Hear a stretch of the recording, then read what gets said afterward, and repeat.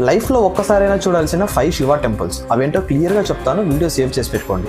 Number 5 Kedarnath. Mahabharatam తర్వాత పాండవులు పాప విమోచనం కోసం శివుడిని పూజించారు. వాళ్ళ భక్తికి మెచ్చి శివుడు వాళ్లకు మోక్షాన్ని ఇక్కడే ప్రసాదించాడు. ఇక్కడ శివుని దర్శిస్తే మోక్షం కలుగుతుందని మన పురాణాల్లో ఉంది. నెంబర్ 4 రామేశ్వరం. ఈ టెంపుల్ 12 జ్యోతిర్లింగాల్లో ఒకటి. ఇక్కడ ఉన్న మహాశివుడు లింగాన్ని శ్రీరాముడు స్వయంగా తన చేతులతో స్థాపించాడు. రావణ సంహారం తర్వాత శ్రీరాముడు మహాదేవుడిని ఈ ప్రదేశంలోనే పూజించాడు. ఇక్కడ ఉన్న 22 బావుల నీళ్లతో స్నానం చేస్తే పాపాలన్నీ పోతాయని నమ్ముతారు. నెంబర్ 3 అరుణాచలం. తమిళనాడులో ఉన్న ఈ టెంపుల్ పంచభూత లింగాల్లో ఒకటైన అగ్నిలింగం. మహాశివుడు అగ్ని రూపంలో దర్శనం ఇచ్చింది ఇక్కడే. ఇక్కడ ఉన్న పర్వతం చుట్టూ గిరి ప్రదక్షిణ చేస్తే ఆ శివుడి అనుగ్రహం తప్పకుండా ఉంటుంది.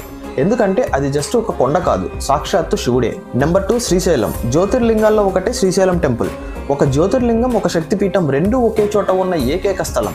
పురాణాల ప్రకారం ప్రతిరోజు ప్రదోష వేళలో శివుడు కాలు మోపే ఏకైక స్థలం శ్రీశైలం. ఆ సమయంలో ఇక్కడ ఉండడం ఎంత గొప్పదో మాటల్లో చెప్పలేనిది. నెంబర్ 1 జ్యోతిర్లింగాల్లో ఒకటైన కాశీ. మహాశివుడు స్వయంగా నిర్మించుకున్న స్థలం ఇది. 9 రాత్రులు ఎవరైతే కాశీలో పొలిమేర దాటకుండా గడుపుతారో వాళ్ళ పాపాలు అక్కడితో పోతాయంటారు. ఇక్కడ మరణించిన వాళ్ళ చెవిలో స్వయంగా మహాశివుడే వచ్చి తారక మంత్రం చదివి మోక్షం ప్రసాదిస్తాడు.